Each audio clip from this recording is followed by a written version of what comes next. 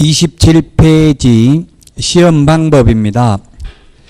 27페이지 맨 위에 양가로 3번 시험 방법인데 동그라미 1번 시험은 1차 시험과 2차 시험으로 구분해서 시행을 합니다.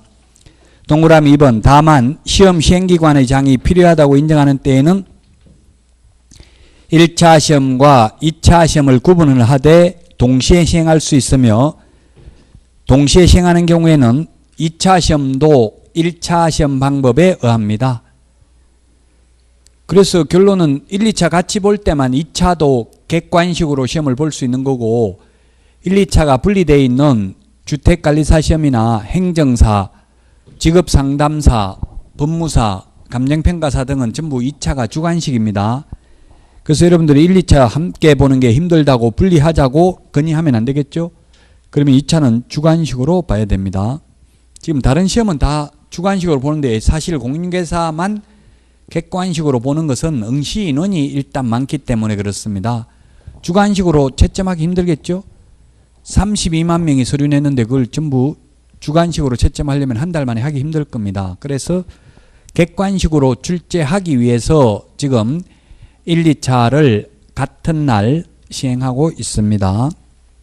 동그라미 3번 1차 시험은 선택형을 원칙으로 하되 기평을 가미할 수 있으며 2차 시험은 논문형을 원칙으로 하되 기평을 가미할 수 있다.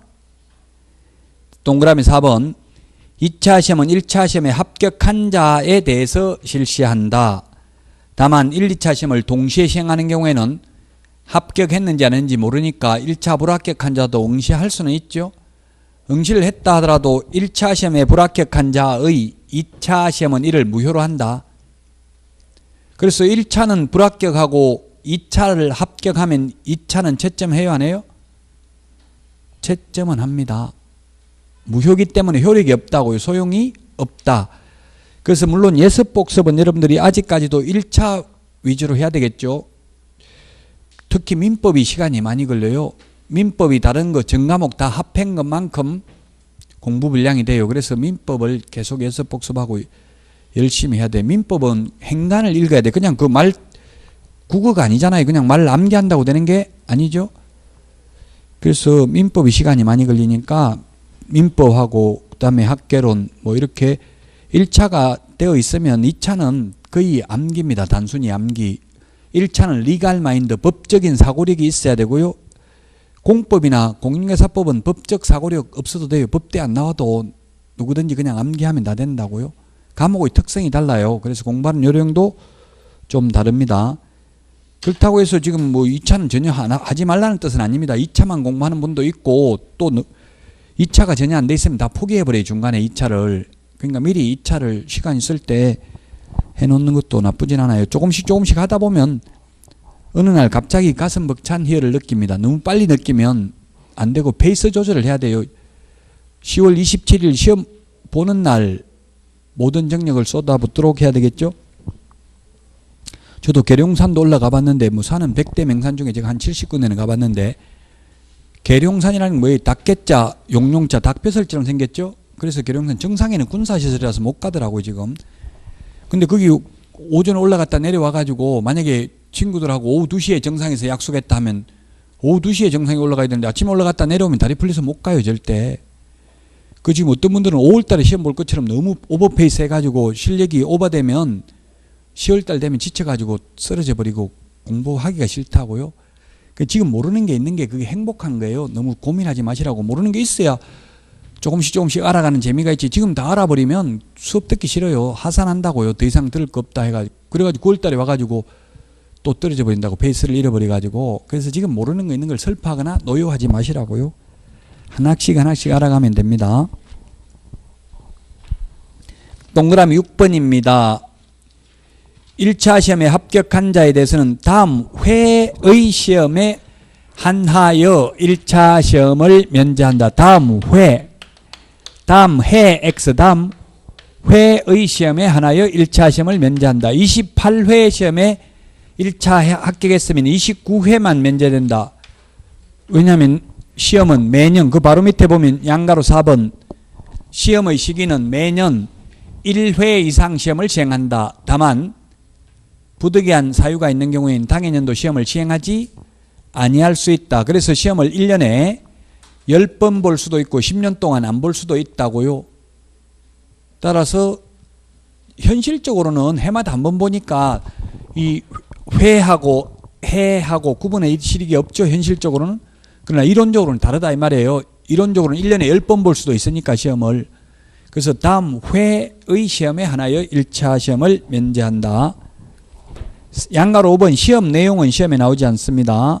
28페이지 공인중개사 정책심의위원회입니다.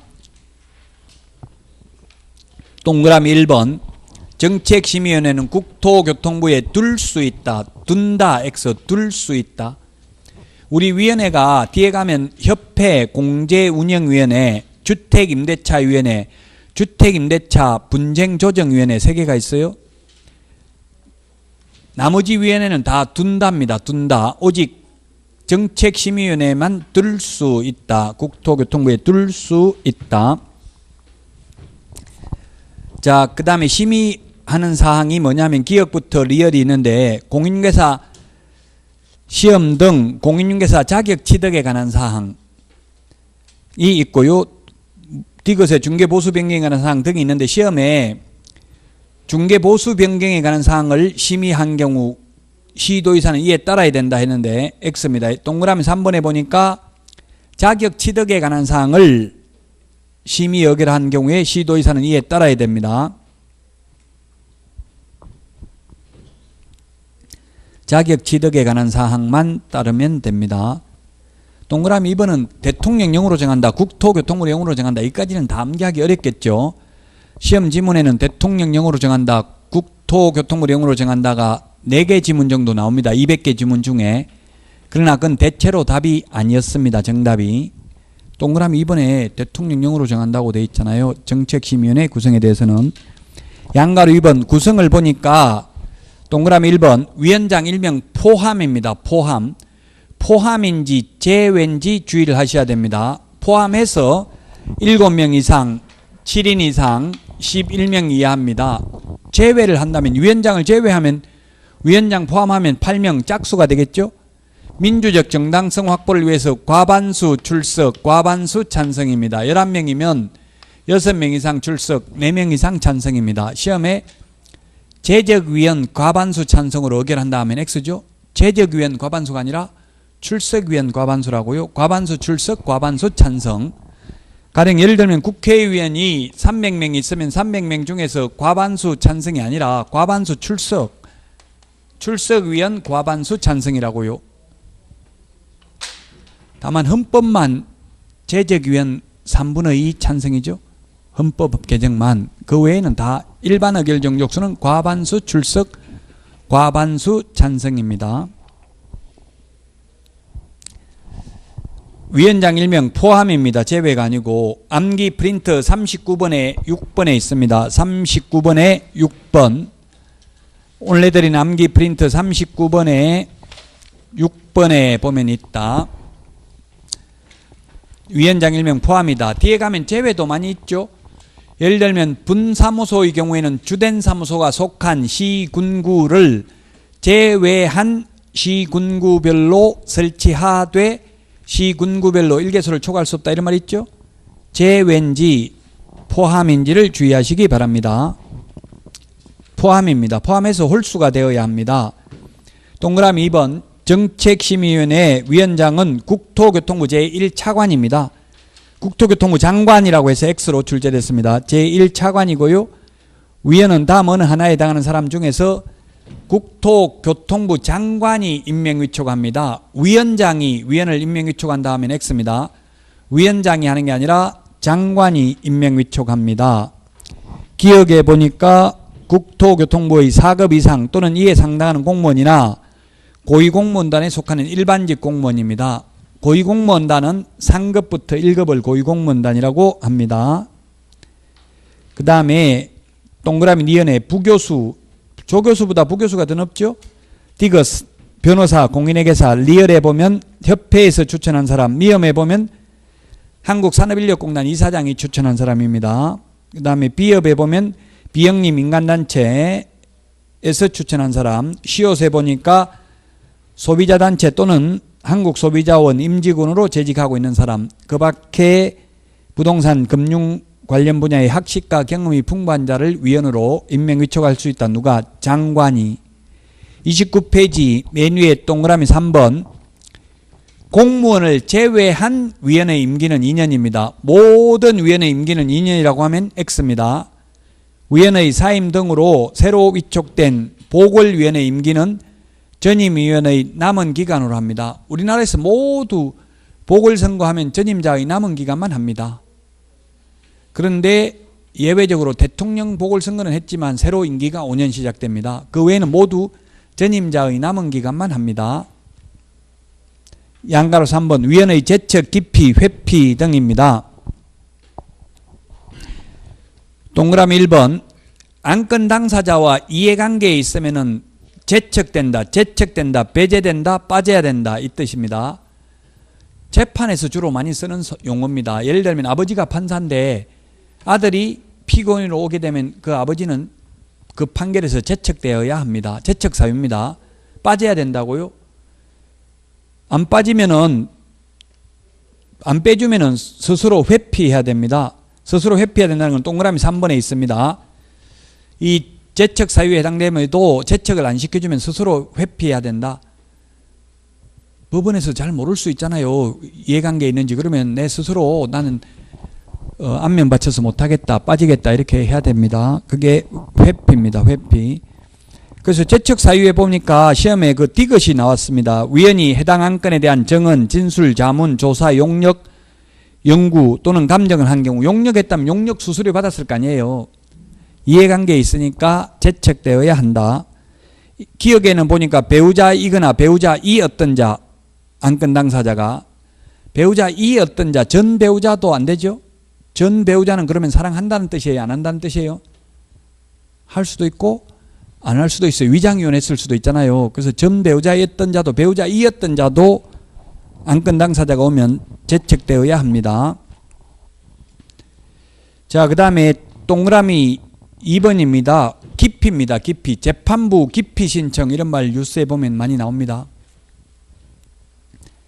안건 당사자가 정책심의위원회 위원을 바꿔달라고 하는 걸 기피 신청이라고 합니다.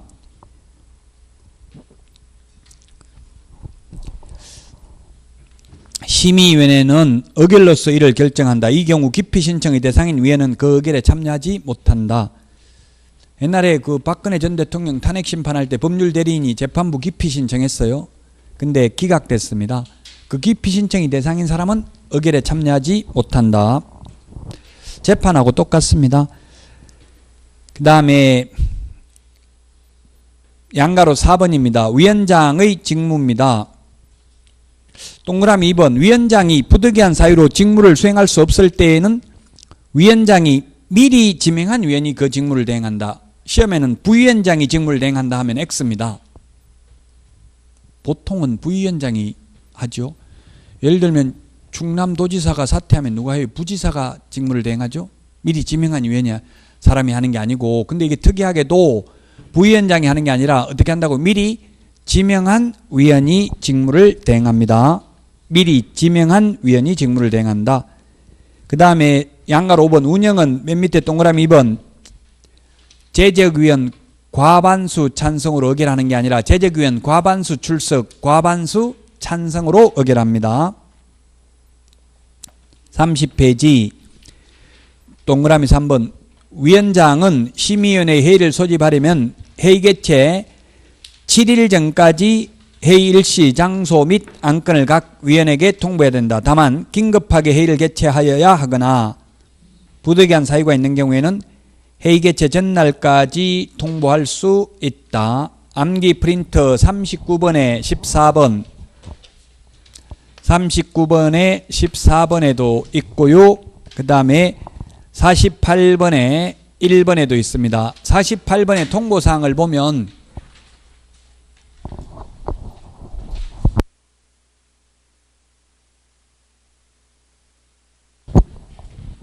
48번에 보니까 정책심의위원회 회의 개최는 7일 전까지 통보고요. 거래사고 예방교육은 2번에 보니까 10일 전까지 통지고 3번에 보니까 연수교육은 2개월 전까지 통지죠. 이런 거는 그냥 단순히 암기해야 돼요. 그 비교해서 자꾸 보시면 암기가 돼요. 논리적으로 왜 7일이냐.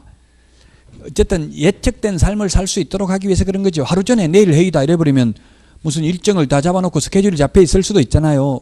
그래서 미리 이야기해야 된다는 뜻입니다. 7일 전까지입니다. 양가로 6번 간사입니다. 간사는 둘 수 있는 게 아니라 둔다, 두어야 합니다. 간사는 심의위원회 위원장이 국토교통부 소속 공무원 중에서 지명합니다. 위원장이 지명합니다. 아까 위원은 위원장이 지명하는 게 아니라 국토교통부 장관이 임명 위촉했죠. 위원은 국토교통부 장관이 임명 위촉했는데 간사는 위원장이 지명한다. 양가로 7번 수당. 이 심의위원회에 출석한 위원 및 관계 전문가에게는 예산의 범위 안에서 수당과 여비를 지급할 수 있다. 돈 없으면 안 줄 수도 있다. 다만 공무원이 소관 업무와 직접 관련하여 출석하는 경우에는 그러하지 아니하다.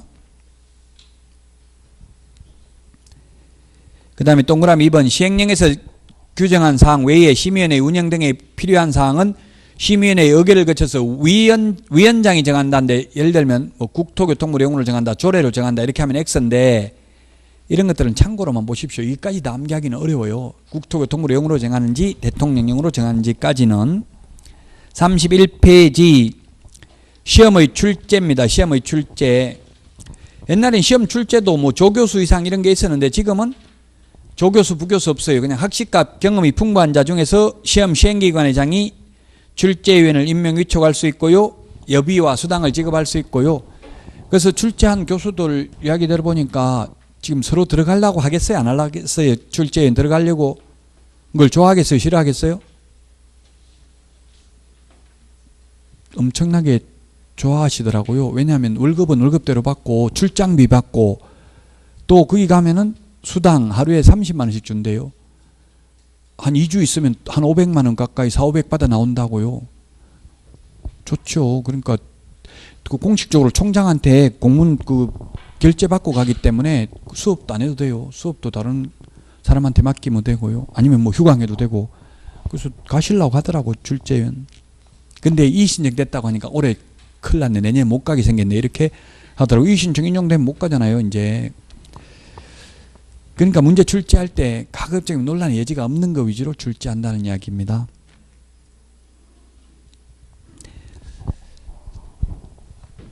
자, 그 다음에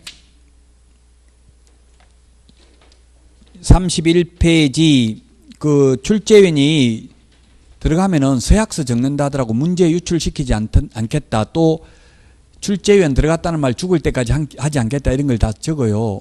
그런데 지금 이창석 교수님이 책을 40권 부동산 관련 서적을 40권째 출간을 했어요. 근데 뒤에 보면 프로필에 공인중개사 시험 출제위원장 역임 이런 걸 적었어요. 프로필에. 그런 거 적는 분들은 아웃입니다. 영원히 못 들어가요. 출제위원. 그 밝히지 말고 서약서 위반이잖아요. 영원히 말하지 않겠다 해놓고는 잊어먹고 또 말을 해버렸어요. 그런 분들은 출제위원 못 들어간다고 유명한 분들. 그래서 이창석 교수님은 8회 때까지 출제위원으로 들어갔고요. 그 한성대학교 안정건 교수는 15회 때까지 출제 들어갔고요. 그 이후 16회부터는 지금 뭐 이게 모건대학교 정재우 교수나 강원대학교 장희승 교수나 이런 분들을 들어가고 있어요. 뭐 여러분들 원하면 나중에 누가 들어가는지 전화해보면 전화 안 받으면 출제위원 들어간 거예요. 그 시험 보기 한 열흘 전에 전화해보면 전화 안 받으면 전화 통화도 안 된다더라고요. 그 출제위원 들어갔어요. 여러분들도 어디 올해는 좀 바쁘다 이렇게 하면서 시험 본다고 말 안 하는 분들도 있잖아요. 근무 공부하는 분들이 갑자기 친구한테 들어보니까 올해는 좀 바쁘다 내년부터 통화하자 이렇게 하면 공인중개사 공부하고 있는 분들이에요. 엄청나게 많아요. 지금 32만 명이 작은 게 아니라고 수능시험을 60만 명 봤어요. 작년에 재수생 포함해가지고 지금 고등학교 3학년이 40만 명밖에 안 되더라고요. 고3하고 비슷해요. 지금 시험 응시하는 사람이 공인중개사.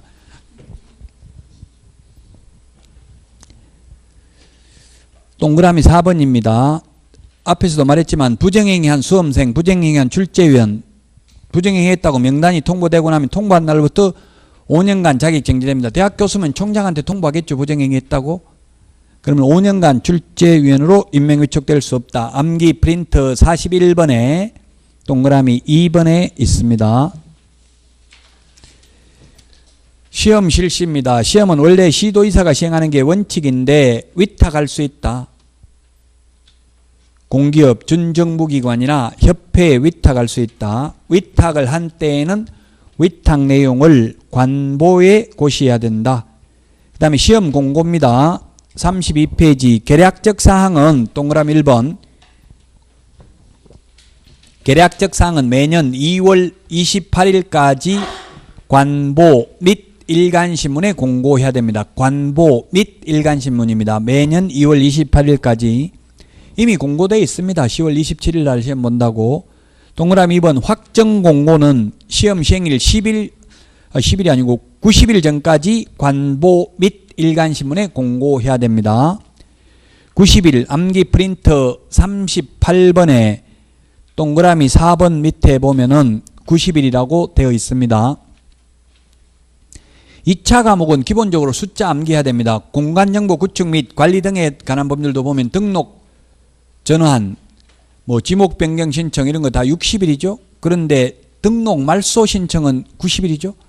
바다로 된 경우 등록 말소 신청은 90일입니다. 그래서 90일, 60일 이런 거 숫자 기본적으로 다 암기해야 됩니다. 그 다음에 응시원서, 시험 보려면 응시원서 내야 되고요. 동그라미 2번 만약에 시도지사가 시행하면 시도조례가 정하는 수수료 내야 되고요. 그 다음에 동그라미 3번 장관이 시행을 한 경우에는 장관이 결정 공고하는 수수료 내야 되고요. 동그라미 4번은 위탁을 한 경우에는 위탁받은 자가 위탁한 자의 승인을 얻어서 결정 공고하는 수수료를 내야 됩니다. 이게 어디에 있냐면은 암기 프린트 52번에 1번, 8번, 9번에 있습니다. 52번에 1번은 뭐냐면 시도지사가 시행하는 경우는 시도조례가 정하는 수수료, 8번 장관이 시행하는 경우는 장관이 결정 공고하는 수수료, 9번은 시험을 산업인력공단에 위탁을 한 경우에는 위탁받은 자가 위탁한 자의 승인을 얻어서 결정 공고하는 수수료를 내야 된다는 말입니다. 양가로 4번 응시 수수료 반환입니다. 동그라미 2번 시험 보러 간다고 했다가 안 보러 가면 빨리 말하면 돈 돌려준다 이 말이에요. 근데 시험 보기 하루 전날 내일 안 간다 이러면 이미 문제 다 인쇄해놨는데 안 되겠죠? 인쇄 비용 이런 게 있기 때문에 안 돌려줘요. 그래서 일정한 경우 돌려주는데 동그라미 2번에 기억해 보니까 과오납한 경우 잘못해서 초과해서 냈다면 초과된 부분 다 돌려주고요. 니은에 보면 시험 시행기관의 기책 사유로 시험에 응시하지 못한 경우도 다 돌려주고요. 디귿에 원서 접수 기간 내에 접수를 취소하면 다 돌려줍니다. 올해 원서 접수는 8월 13일부터 8월 22일까지 접수하는데 첫날 접수해서 열흘까지 접수 받습니다. 열흘 동안. 첫날 접수했다가 마지막 날 취소하면 다 돌려준다고요. 근데 원서 접수 마감일 다음 날부터 7일 이내에 접수를 취소하는 경우에는 60% 100분의 60을 돌려주고요. 원서 접수 마감일 다음 날부터가 아니라 원서 접수 마감 다음 날부터 7일이 경과한 날부터 시험 보기 10일 전까지 접수를 취소하는 경우 50% 돌려준다. 10일. 우리 교재에 그래서 32페이지 밑에서 세 번째 줄에 7일 이내가 아니라 이거 고쳐야 됩니다. 오타 인터넷에 아마 올라와 있을 거예요. 시험 시행일 10일 전까지 이렇게 고치셔야 돼요. 7일 이내가 아니라. 시험 보기 10일 전까지 접수를 취소한 경우 32페이지 맨 밑에서 세 번째 줄 7일 이내를 시험 시행일 10일 전까지 고치시면 되겠습니다. 50% 돌려줍니다. 암기 프린트에는 39번에 이거는 8번에 있고요. 50% 돌려준다는 9번에 있습니다. 암기 프린트 39번. 왜냐하면 시험지 인쇄를 한 일주일 전에 인쇄를 완료합니다. 완료하니까 그 열흘 전까지는 시험 볼 사람이 확정돼야 그만큼 부수를 만들 거 아니에요. 그래서 이미 시험지 인쇄 다 해놓고 나면 그때부터는 환불 안 해준다고요. 그래서 작년에 약 10,000명이 환불 받았더라고요. 그 5만 명은 환불도 못 받고 시험도 안 봤어요. 32만 명이 서류 접수해가지고 한 5만 명 정도는 시험 안 봤어요. 그래서 산업인력공단 예산이 공익회사 시험 응시 수수료가 한 50억이 넘는데요. 가장 많대 이게 산업인력공단 시험 중에서. 그래서 감독관들도 하루에 일당 10만 원 받아요. 가장 많이 받아요, 이게. 시험 감독 나가잖아요. 2명이 나가는데 20만 원이 되겠죠, 2명이니까. 그 감독관들이 공무원들이나 선생님들이 주로 젊은 분들, 좀 연세 드신 분도 있고요. 그래서 그분들이 일요일 날 시험을 실시했는데 옛날에 일요일 날 돈 안 받고 안 하겠다, 종교 활동해야 된다 이런 분들이 많아가지고 토요일로 바꾼 거예요, 시험 날짜를.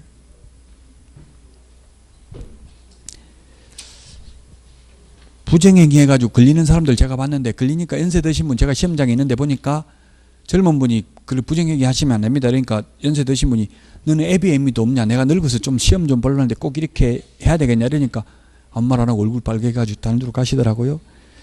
우리나라에서는 이성적으로 이야기하면 안 되죠. 감성적으로 이야기하면 먹히 들어가요. 잘못했습니다, 다음부터 부정행위 안 하겠습니다 이러면은 여기 확인서 쓰세요. 본인은 부정행위 했음을 시인합니다, 쓰세요. 이러면 그거 쓰면은 이제 5년간 정지돼요. 안 써야 돼요, 그런 거. 욕하고 이러면은, 욕을 하면 안 되겠지만 어쨌든 욕하면 안 돼요. 33페이지 시험 합격자 결정입니다. 6번 합격자 결정. 합격자 결정은 1차 시험은 절대평가입니다. 40점 밑으로 과락 없이 평균 60점 이상이면 합격이고요. 2차 시험도 원칙은 절대평가입니다. 그래서 올해는 원칙대로 시험 보니까 무조건 40점 밑으로 과락 없이 평균 60점 이상이면 합격입니다. 근데 예외적으로 예외가 있습니다. 예외가 있는데 첫 번째 예외가 상대평가할 수 있습니다. 그 다음에 최소 선발 인원이나 최소 선발 비율을 공고할 수도 있습니다. 상대평가인데 2회부터 9회 때까지, 즉 1987년부터 1997년까지가 2회부터 9회인데 이건 2년에 3,000명씩 상대평가했습니다. 그래서 커트라인이 77점인 적도 있었습니다. 10회 때부터는 상대평가가 아니라 절대평가로 했습니다. 1999년부터 지금 20년 동안 상대평가가 아니고 절대평가, 20년 동안 무조건 60점 이상이면 합격이었다고요. 올해도 마찬가지고요. 주택관리사는 지금 상대평가 한다고 2020년부터 상대평가 한다고 이미 작년에 발표했어요. 우리는 아무 말 없기 때문에 앞으로 당분간 내년에도 절대평가입니다. 내년에 상대평가 하려면 미리 말해야 돼. 지금 벌써 말해야 된다는 법은 없지만 지금 말하고 있어요, 미리. 그 다음에 최소 선발 인원, 예를 들어서 작년에 2만 3천 명 뽑았으니까 올해는 최소 2만 명 뽑겠다. 작년에 31.02% 합격했으니까 올해도 2차 응시자 대비 최소 30%는 선발하겠다, 이렇게 할 수 있다고요. 이렇게 한 적은 없습니다, 한 번도. 15회 때 시험에 이렇게 나와가지고 1,000명밖에 선발이 안 됐어요. 그래서 이제 이런 규정을 만들기는 했습니다. 그러면 올해 최소 2만 명 뽑는다고 했는데 60점 이상이 3만 명 나와버렸어요. 그러면 3만 명 다 합격입니까? 아니면 2만 명만 합격입니까? 3만 명 다 합격이죠. 최소만 적어놨지 최대는 없으니까. 그런데 이론적으로만 이렇게 있을 뿐이고 이런 거 하지는 않는다, 올해. 현실적으로는 1, 2차 모두 올해는 절대평가다. 다만 상대평가 할 수는 있습니다. 합격자 결정에 대해서 봤고요. 그 다음에 33페이지 맨 밑에 있는 박스가 이때까지 했던 걸 정리해 놓은 겁니다. 참고로 보시면 되겠고요. 34페이지 합격자 공고와 자격증 교부입니다. 동그라미 1번에 보면 합격자 공고일로부터 자격증은 1월 이내에 교부해야 됩니다. 암기 프린터 45번에 1번에 있습니다. 45번에 1번. 1월 이내에 교부해야 됩니다. 시험에 지금 35페이지 그 기출문제에 보니까 맨 위에 1번에 보니까 2개월 이내에 교부해야 된다. X로 출제됐습니다. 1월 이내에 자격증을 교부해야 됩니다. 1월 이내에. 그 다음에 1월 이내에 교부해야 되고요. 2번 자격증을 교부받은 자는 자격증을 잃어버리거나 못 쓰게 된 경우에 국토교통부령이 정하는 바에 따라서 시도지사에게 자격증 재교부 신청을 할 수 있다. 3번 이 경우 재교부는 처음에 교부했던 시도지사에게 재교부 신청을 해야 됩니다. 교부한 시도지사입니다. 사무소 관할 시도지사가 아니고요. 암기 프린트 54번에 밑에 동그라미 1번에 있습니다. 54번 밑에 보면 교부한 시도지사, 사무소 관할 시도지사가 있는데 첫 번째 뭐가 있어요? 자격증 재교부, 자격증 재교부. 그 다음에 자격 취소, 자격 취소, 자격 정지. 자격 취소되었을 때 자격증 반납. 그 다음에 자격증 미반납 시 과태료, 미반납 시 과태료 부과. 그 다음에 자격 취소하려면 청문해야 됩니다. 청문, 자격 취소. 자격 취소의 경우 청문, 들을 청, 들을 문. 자격 정지의 경우에는 의견 진술 기회를 부여해야 됩니다. 자격 정지의 경우. 필기 안에도 그 프린트에 있는 거 지금 그대로 적었죠? 몇 번에 있어요? 54번에 맨 밑에. 이 두 개만 사무소 관할 시도지사입니다. 사무소 관할 시도지사. 이걸 시행령에서, 시행령 28조에서 뭐라고 표현하고 있냐면은 자격증을 교부한 시도지사와 사무소 관할 시도지사가 서로 다른 경우에는 사무소 관할 시도지사가 자격 취소 또는 자격 정지 처분에 필요한 절차를 모두 이행한 후에 교부한 시도지사에게 통보해야 된다. 이렇게 되어 있습니다. 모두 이행했다라는 말은 청문하고 의견 진술 기회까지 이행했다. 청문이 들을 청, 들을 문이죠. 취소하기 전에 미리 자격증 빌려줬냐 물어보고 이야기를 들어보고 취소해야 된다는 뜻입니다. 1번, 나머지는 전부 다 교부한 시도지사입니다. 교부한 시도지사. 이제 5, 6월 달도 더 아마 비교를 하게 될 겁니다. 계속 비교를 해야만 고득점이 가능합니다. 자, 다음은 동그라미 4번. 자격증 교부대장은 전자적 처리가 불가능한 특별한 사유가 있는 경우를 제외하고는 전자적 처리가 가능한 방법으로 작성 관리되어야 한다. 제가 등록 신청을 해보니까 제 주민등록번호 입력하니까 제가 자격증 2개 땄는데 2개 딴 게 날짜까지 어디서 땄는지 다 나오더라고, 뜨더라고. 전산에 공무원이 가지고 있는 그 컴퓨터 화면에 전산화되어 있다는 이야기예요. 왜냐하면 옛날에 위조된 자격증으로 개업을 해가지고 적발된 사례가 있었어요. 그래서 이제 자격증 제출을 안 합니다. 암기 프린트 51번에 보면은 암기 프린트 51번에 보시면 1, 2, 3, 4, 5 1번부터 3번 자격증 제출 안 해요. 1번 등록 신청, 2번 분사무소 설치 신고, 3번 고용인 고용 신고. 즉 소속 공인중개사 고용 신고할 때도 자격증 제출 안 하죠. 전산화되어 있으니까 다 할 수 있다는 이야기예요. 그래서 1번, 2번, 3번 제출 안 합니다.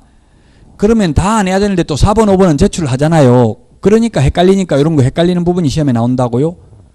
4번 거래정보사업자 지정신청 시와 5번 매수신청 내린 등록신청의 경우에는 자격증 4번을 제출해야 되죠. 그 4번, 5번 제가 국토부에 이거 왜 제출해야 됩니까? 1번부터 3번은 제출 안 하는데 그 이유가 뭔지 알려주십시오 하니까 저보고 이거 왜 빠졌지 하고 묻더라고요. 입법의 불비로 사료됩니다. 법을 바꿀 때 4번 즉 거래정보사업자 지정신청할 때 이거는 생각을 못한 것 같아요.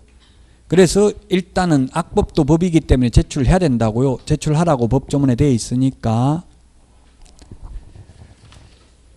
이제 위조된 자격증으로는 등록할 수가 없다. 자, 그 다음에 8번 부정행위자에 대한 조치입니다. 부정행위를 하면 그 시험을 무효로 하고 무효 처분이 있은 날로부터 시험 5년간 시험 못 봅니다. 무효 처분이 있은 날로부터입니다. 부정행위 한 날로부터가 아니라 무효 처분이 있은 날로부터 5년 동안 시험 볼 수 없습니다. 34페이지 밑에 1월 30일 있는데 장사 등에 관한 법률에는 30일이라는 표현이 많이 나오고요. 그 토지거래 허가제에는 1월이라는 표현이 많이 나오죠. 여기 지금 안 적혀 있는 것 중에서도 토지거래 허가 불허가 처분을 받았을 때 매수 청구 1월 이내에, 그 다음에 불허가 처분을 받았을 때 이의신청 1월 이내에, 그 다음에 선매협의 완료도 1월 이내에, 선매협의 완료 조서도 선매자 지정을 받은 날로부터 1월 이내에, 선매자 지정도 허가 신청이 있은 날로부터 1월 이내에, 토지거래 허가는 1월, 장사 등에 관한 법률에는 30일이 많다고요. 매장 신고 30일 이내에 사후에 해야 되고요. 개인 묘지 설치 신고도 사후 30일 이내에 해야 되고요. 개인 자연장지 설치 신고도 사후 30일 이내에 합니다. 그래서 이런 30일, 1월 이런 내용들을 구분해서 정리를 해야만 하겠습니다. 자, 여기까지 해서 이제 공인중개사 제도까지 했습니다. 시험에 지금까지 한 게 나오는 게 목적 9번 출제됐다고 했습니다. 목적 한 번 더 보면 목적은 공인중개사의 업무 등에 관한 사항을 정하여 그 전문성을 제고하고 부동산 중개업을 건전하게 육성하여 국민경제에 이바지한다. 3년에 한 번 출제되고요. 그 다음에 용어의 정의 6개 해마다 출제되고 중개대상물 해마다 출제되는데 용어의 정의와 중개대상물은 논란의 여지가 있다. 해마다 이의신청이 되고 있다. 그 다음에 마지막 시간에 한 게 이제 공인중개사 제도인데 이 공인중개사 제도부터는 논란의 여지는 없습니다. 다만 이제 암기해야 될 내용이 숫자 같은 게 많을 뿐이죠. 그래서 오늘 7일이라는 숫자가 엄청나게 많이 나왔죠. 7일 벌써. 예, 특히 그 공인중개사 정책심의위원회 회의 개최 7일 전까지 통보해야 된다. 연수교육은 2개월 전까지 통지한다. 거래사고 예방교육은 10일 전까지 통지한다. 이런 내용들을 기억하시면 되겠습니다. 자, 여기까지 하고 쉬었다가 오늘 내드렸던 문제 풀어보도록 하겠습니다.